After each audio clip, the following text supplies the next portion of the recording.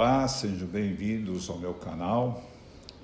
Hoje estaremos tratando de mais um item que a reforma trabalhista trouxe algumas alterações essas para, eu diria, para melhor entendimento e fixação daquilo que deve ser considerado como remuneração, isto é, o que se entende por remuneração para efeitos aí, tributários, para efeitos da parte previdenciária, o que pode ser considerado como o ganho do trabalhador realmente e não somente aquilo que é chamado de salário.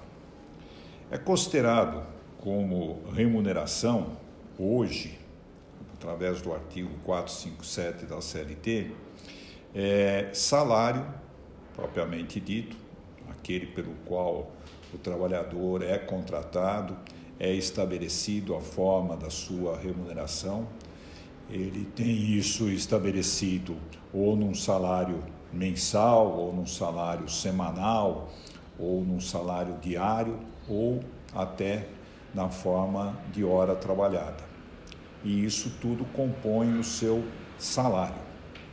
Compõe também essa parte de remuneração as gratificações legais e as comissões pagas pelo empregador.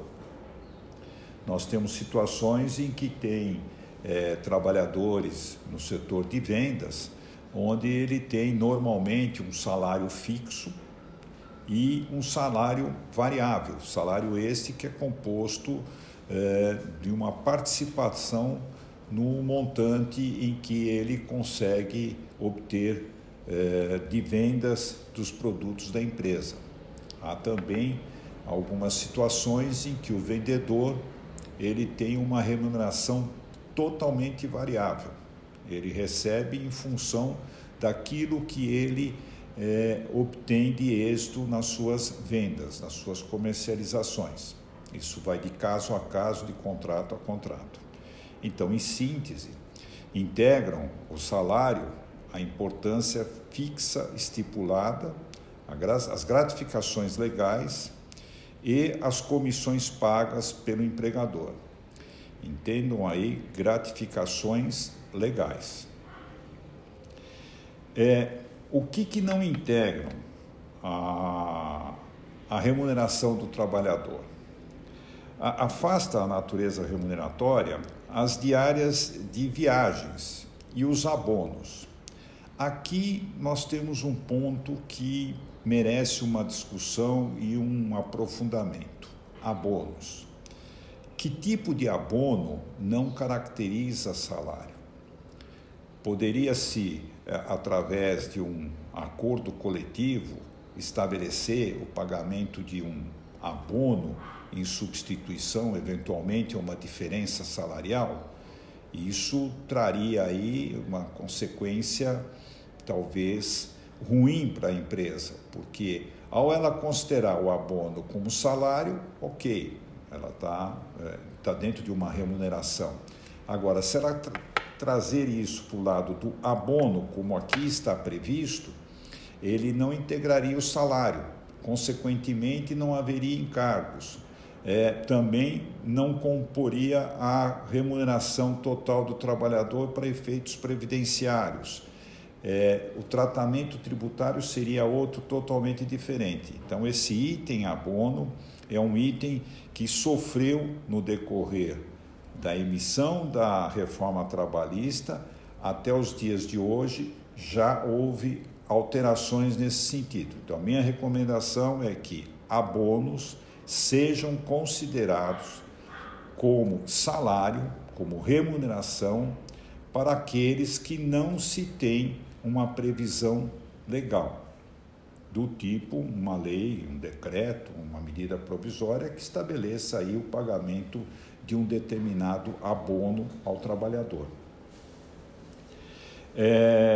Não se incorpora ao contrato de trabalho e não constitui base de incidência de encargos ajudas de custo limitadas a 50%. Então, ajudas de custo até 50% não entra na base de cálculo da remuneração.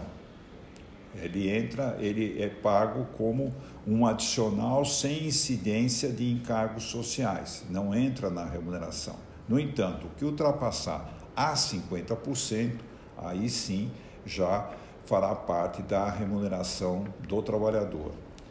Assim também não é incorporado à remuneração do trabalhador o auxílio alimentação, desde que ele não venha a ser pago em espécie. Ele tem que ser, conforme a legislação, ele tem que ser feito através de um ticket, de um vale-refeição, e não uma inclusão no salário, no lerite do indivíduo, como um valor a título de auxílio alimentação.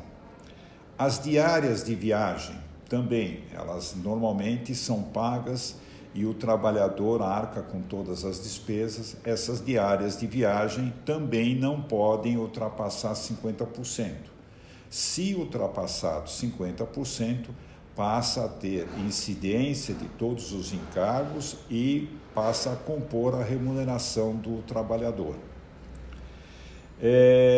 Considera-se prêmios as liberalidades concedidas pelo empregador em forma de bens, serviços ou valores em dinheiros a empregados ou grupo deles pelo desempenho. Esses prêmios podem também ser considerados como pontuais, porque eles provavelmente não ocorreriam mensalmente. Há situações em que eles ocorrem mensalmente, então compõe aí a gratificação do trabalhador. Um exemplo de prêmio que não é chamado prêmio, mas é tratado como se fosse uma premiação, é o PLR ou PR, que é o Programa de Participação nos Resultados, em que o trabalhador recebe isso ou semestralmente, uma vez por semestre ou uma vez por ano. Ele é pontual, é equivalente ao que nós consideramos como prêmio. Estabelece também que todos os serviços médicos, odontológicos e reembolso de despesas médicas e afins não integram salário. Isso são benefícios que algumas empresas têm, algumas formas de trabalharem com o seu plano de benefícios, onde que tem assistências médicas, odontológicas ou reembolso de despesas nesse sentido. Toda essa parte não estará sendo considerada como remuneração. Há um cuidado especial que devemos ter também com relação à remuneração, é que para tudo isso, como já dito em outros vídeos, nós devemos ter isso muito claramente estabelecido, quer seja nas rotinas trabalhistas de suas empresas, quer seja no regimento interno,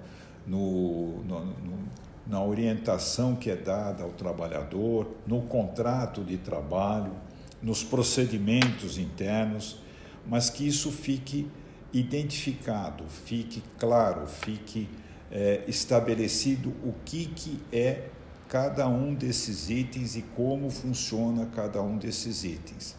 E ao estabelecer o que pagar ao trabalhador, o trabalhador que vai fazer uma viagem a serviço para a empresa, se ele vai ter as despesas simplesmente reembolsadas, se vai pagar uma diária para facilitar o dia a dia tanto do trabalhador como da empresa, tudo isso tem que ser muito bem analisado para não sofrer nenhuma consequência futura em termos de ser considerado remuneração ou não remuneração. Lembro que o fato de ter uma remuneração, você tem encargos tanto para o trabalhador como encargos para a empresa, e isso é representativo, então pode ter um custo elevado nesse sentido. Então cabe uma análise detalhada de como definir toda a remuneração do trabalhador.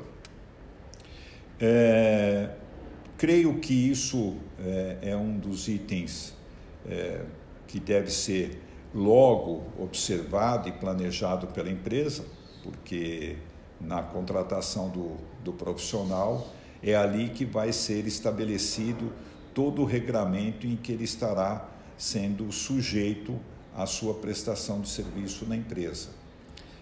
E observar também um outro item importante que nós vamos abordar à frente, que são as convenções coletivas, porque elas trazem muito desses itens complementando a legislação trabalhista. E lá poderá se encontrar alguma obrigatoriedade ou algum tratamento diferenciado em termos de alguns benefícios, como esse que eu falei, de vale alimentação ou a própria assistência médica odontológica. Era isso que eu tinha hoje para transmitir a respeito de remuneração. Esse assunto não é um assunto tão simples assim, mas com uma informação e uma orientação básica, creio ter abordado aquilo que a reforma trabalhista trouxe de modificação para melhor definir esse item. Agradeço a participação de todos, continuem encaminhando sugestões e perguntas, principalmente perguntas que eu tenho recebido e respondido, e continuem conectados para receber a qualquer momento qualquer informação que surja, qualquer alteração na legislação, e uma vez conectados, vocês receberão em primeira mão. Meu muito obrigado.